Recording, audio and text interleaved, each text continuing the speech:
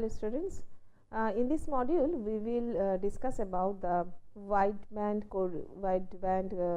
CDMA systems and the UMTS. This discussion will go on in two halves mainly. The first part will be here, and in the next module we will discuss about the mainly the specifications of this WCDMA network. So, in this module, what is WCDMA, how did it evolve, and what are the key features of this we will be discussing. This wideband code division multiple access, it is standard basically for the third generation mobile communication systems.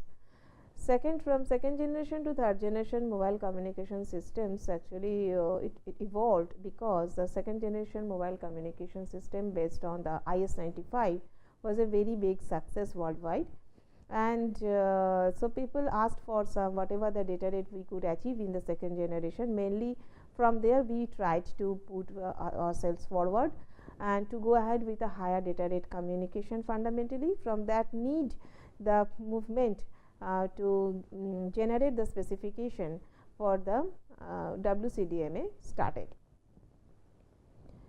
So, the standard came up also according to this WCDMA, and this standard is also part of this group of the standards known as the Universal Mobile Telecommunication System, the third generation partnership project and the International Mobile Telecommunications IMT 2000. So, basically there are the group of standards running at this moment, and WCDMA is a part of all these standards.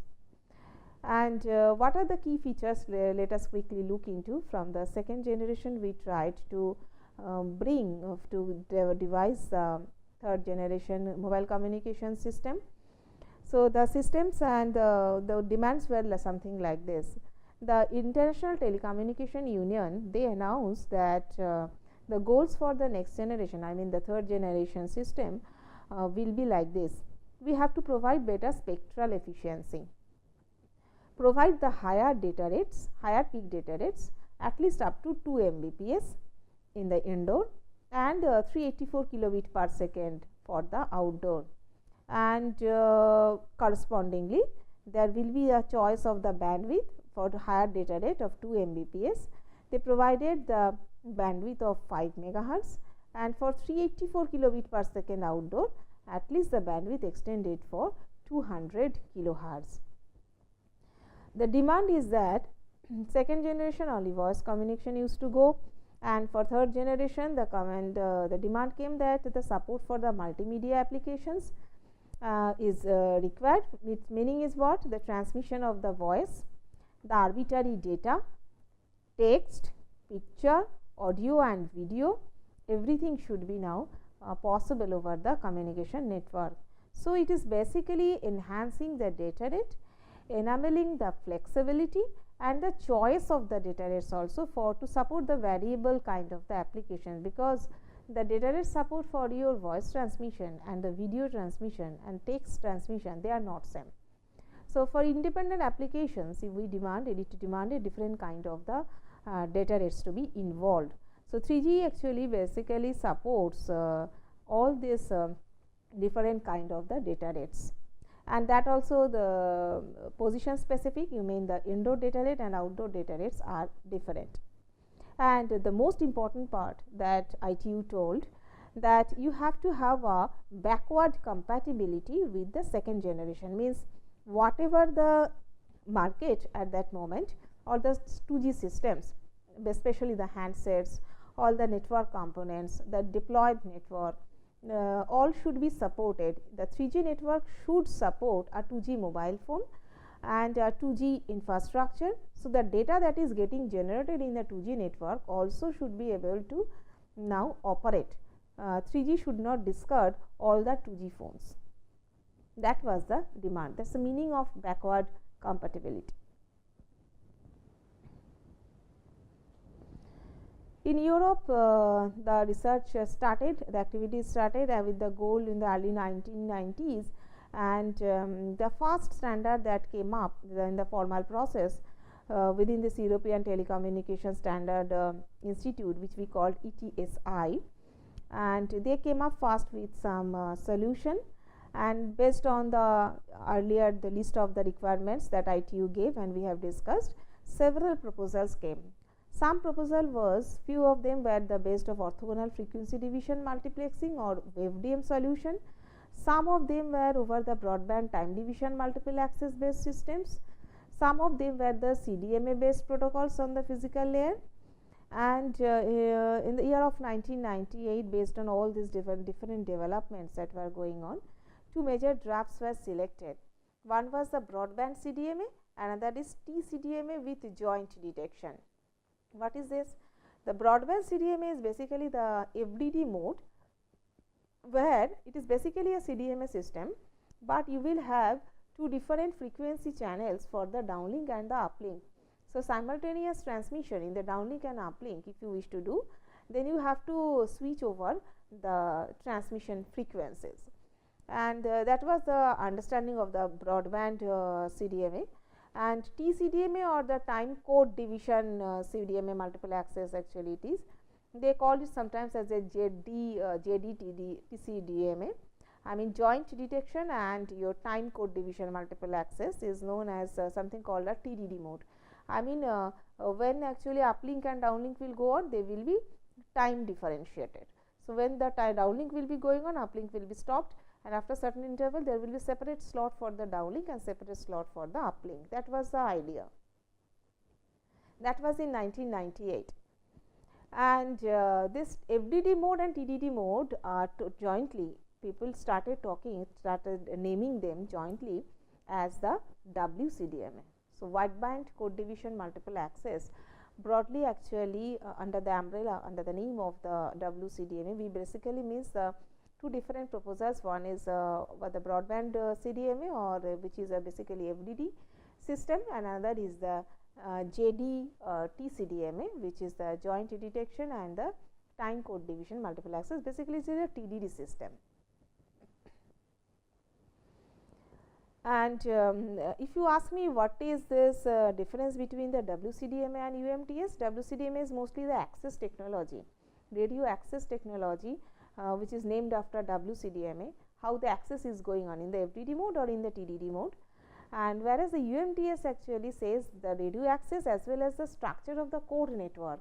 So, that in total the whole network, complete system, if I try to see, then this is a UMTS. And now these two systems were then included in this European proposal for this IMT 2000 family. And at the same time, almost from Japan, there was another proposal for this WCDMA system, which was fairly similar to European system proposal. And actually nobody was ready in that whole standardization group from the multiple units and the multiple industry houses who were participating and driving the whole standardization. None of them could merge. And besides this Japanese proposal, the Japanese and European proposal, there were actually another support for this CDMA 2000 proposals. Do you remember this CDMA 2000 was a brainchild for the Qualcomm, who actually first brought the IS-95, and then actually they changed it, upgraded it for the CDMA 2000, and IS-95 was a very big hit. So, European proposals, most of the US countries, they preferred the CDMA 2000 to be deployed. So, there were actually lot of the proposals, and the whole research community worldwide, actually they got divided into separate and independent actually proposals. They started supporting independent proposals.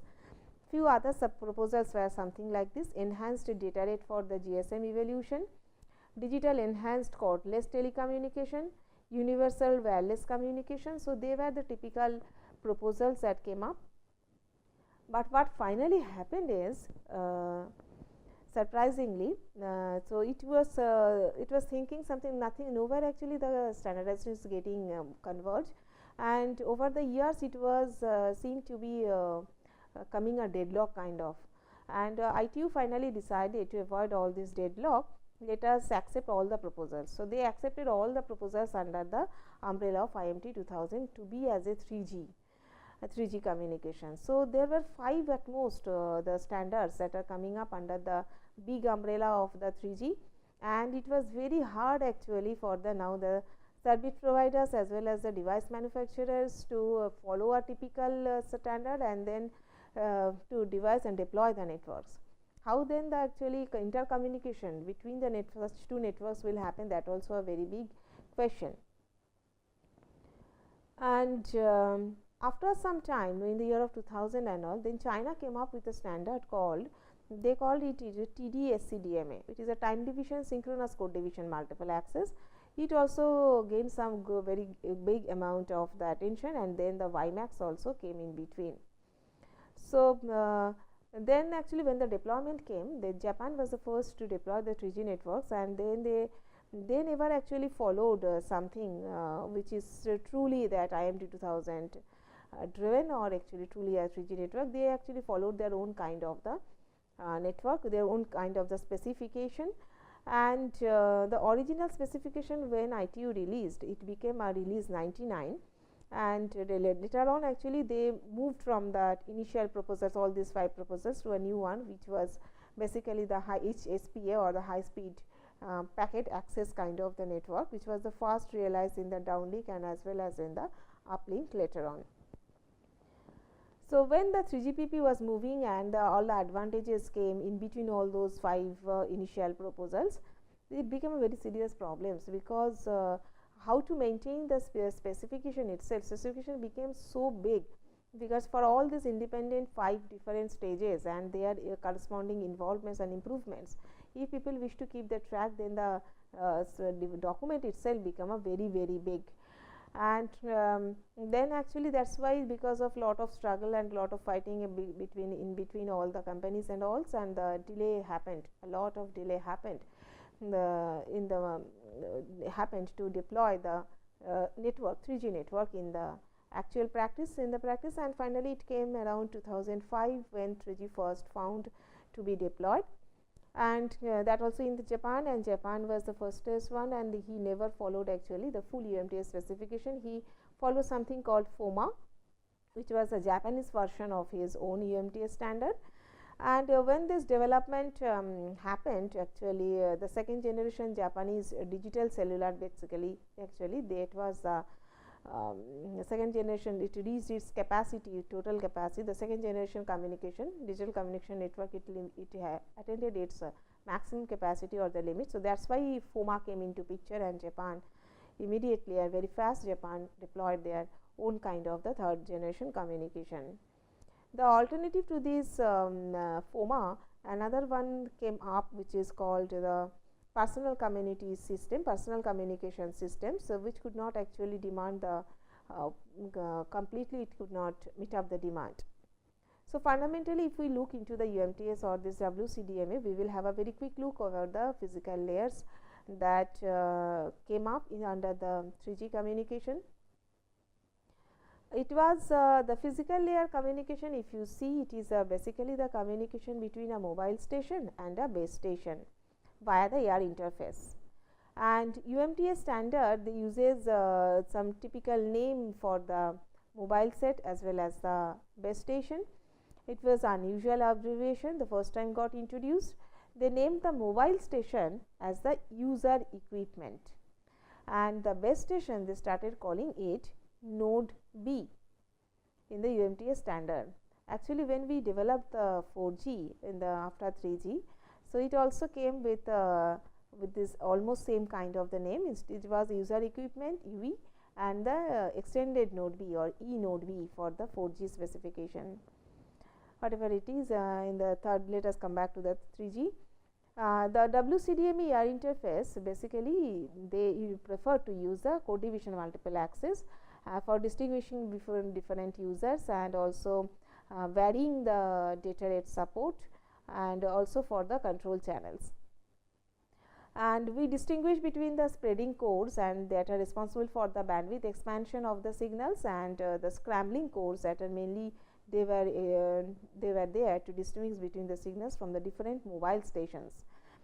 And so through different cores were there, the spreading cores were responsible for that bandwidth expansion inside the users, and then the coming from the different mobile stations and distinguishing between the different base station. Another set of basically the coding was utilized, which they named as the scramble coding or scrambling code.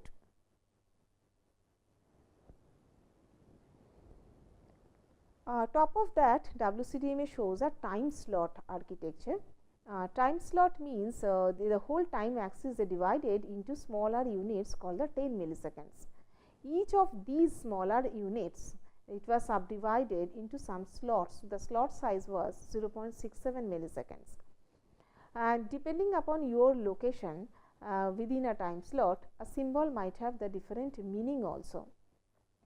And WCDMA, they utilized a number of the logical channels for the data as well as the control information, and they mapped then all these logical channels into the physical channels. These physical channels are actually generated that can be distinguished from each other by means of the spreading codes, by means of the scrambling codes, and the position within the time slot. So, they didn't use only the codes, they also utilize the location information within the time slot as a part of your identification. So, they used the logical channels, physical channels. That was the basic difference between the logical and physical channels. If you look inside the network architecture, how mobile network provider may introduce the UMTS, we have to distinguish between the two stuff. One is the radio access network and another is the core network. Remember, the mobile station and the UMTS terrestrial radio access network communicate with each other via the air interface. This terrestrial radio architecture, UTRAN or radio access network, this access network and the mobile station, they talk to each other over the air interface. That is basically the wireless channel over which the mobile station and the radio access network will be connected to each other. Now, this UTRAN consists of the multiple radio network subsystems, each of which contains the several radio network controllers, and then each of which controls one or several base stations, which we call the node B. So, UTRAN consists of multiple radio network subsystem.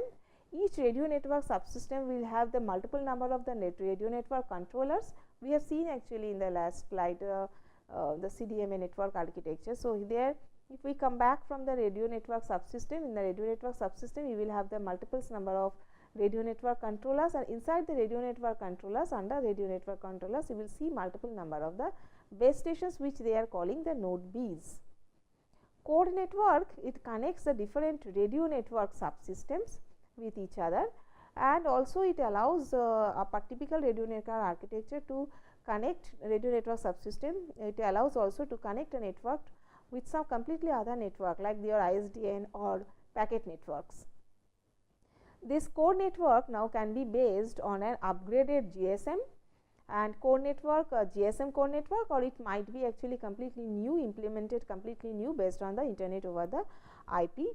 So, it is the IP based network. The network functionalities for the packet data, they are similar to the ones of the general GPRS services, the general packet radio services. So, in another way, if you try to see the total network architecture of this WCDMA UMTS, it will be looking like this. So, you have one definition in the user equipment domain, another one is in the infrastructure domain. So, user equipment basically earlier was the mobile station. So, there actually that architecture is such that you will have, it will consist of basically the user service identity module, and the mobile equipment consists of some terminal equipment, terminal adapter and some mobile termination. Infrastructure domain, if we try to see, you will see first the access network domain, which consists of this UTRAN, and the core network domain, which domain, this domain you will have the interworking unit, you will see the serving network, the transit network, the home network and the application network. And remember, this interworking unit we will be referring on in the next module, and we will also see that different modules in the core network as well as the radio access network, the connection between radio access network to the core network, there are some dedicated interfaces, and all the interfaces are basically are defined by their kind of connection and the kind of the data they are passing, and also their capacity. Kind of, by means of kind of data, I mean whether they are the traffic, the data traffic they are passing, or they are passing the control information, or they are passing the management information. So, based on all this, actually the interfaces are different, interfaces get different, and interfaces are also getting assigned a typical number. We will see all the numbers in the next module. So, here in the fundamentals of the in this module, what we have learnt is we have seen the wireless code division multiple access fundamental network architecture, and we have learnt already that in this WCDMA, instead of the mobile station, we will be calling them as the user equipments. The user equipments and the base stations, all of them will be called as the node Bs instead of the base stations.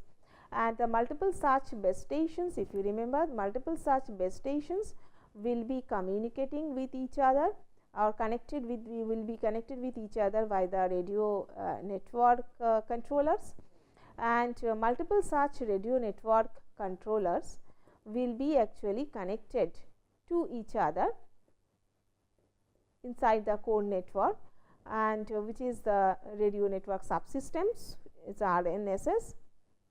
And this radio network subsystem will allow you also not only to get connected with in between the mobile stations or in between the base stations. This radio network RNSS will also allow you to get connected with the other similar kind of the network or completely different kind of the networks, for example ISDN or your packet data network. So, and WCDMA, as we understand that there was no common standard, there were almost 5 standards from the 5 different there are 5 different proposals came in the 3G under the block umbrella, the broad umbrella of the 3G, and because of the time constraint and because of non-convergence of all the members, all those 5 different specifications were initially approved by ITU as a third generation. So, that is why the 3G communication network, if we try to see, though basically it is a CDMA based communication, but proposals were also there for the WebDM based network. So, partially though CDMA was a very famous and it was actually WCDMA was a very big fly later on also, but slowly actually we will see that the third people started realizing that maintaining a specification of huge amount, I mean of multiple technologies, multiple proposals and their corresponding advantages, and not only the maintenance of the specification, its deployment and converging the multiple kind of the 3G networks and exchanging the data between the multiple kind of the 3G networks, people really face that this will be a huge problem in future. And so, therefore, there slowly you will see that if you see the history of the mobile communication, slowly people started conforming after realizing this problem, they started slowly actually converging a partnership program that we call a 3GPP partnership program, and under they formed the 3GPP platform, where actually they told that from that next onwards, so next onwards there will be a single proposal approved for a typical for a specification, for IEEE specification, for a typical technology, for a next generation, for a typical generation, a typical a single technology will be standardized, and according to that worldwide actually the network will be deployed. It won't be actually a repetition of the 3G network the way it moved. In the next module we will see little bit more about the WCDMA infrastructure and the interfaces.